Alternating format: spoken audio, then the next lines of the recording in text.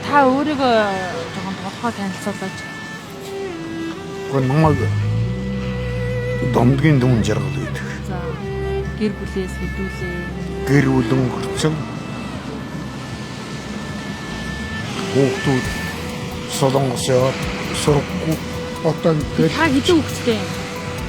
2 хүүхэд. Хоёулаа Солонгос явсан юм уу?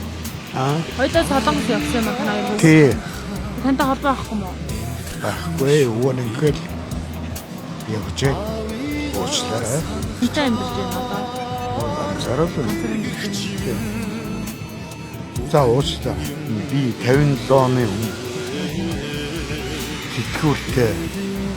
Тэгвэл одоо та сарын хэдэн төгрөг авч байна? Одоо 480, 580. Та ямар мэрэгчлээ вэ? Би жолооч, моторч. Залуурдаа ажил хийсэн. Одоо өрөөсөн. Энэхээ өрөөснөр одоо ямар байдлаар болох юм бэ? Ахын юу үйлдвэрээ ослоо гэдэг юм уу? Юу гэдэг юм бэ? Тэгээд энэ дайгтай хөлмөтөө чалж. Та хоёр хүүхэдтэй гэсэн шүү дээ тий. Тэгээд Солонгос руу явчих тантай одоо холбоо барьсан байхгүй нь уу? Би утсгүй юм чи юугаараа. Одоо тэгвэл манай энэ сайтаар дамжуулаад бид нэр энэ нэвтрүүлгийг одоо сошиалаар засах учраас та хэрвээ таны хоёр хүүхэд чинь олж харах магадлалтай. Тэгэхээр одоо хоёр хүүхэдтэй юу гэж хэлмээр вэ? Одоо нэг нь 84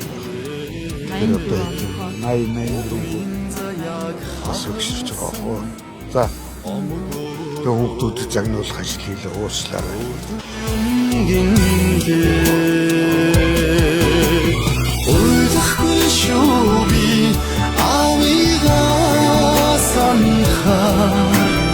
Озонт завгах заяаны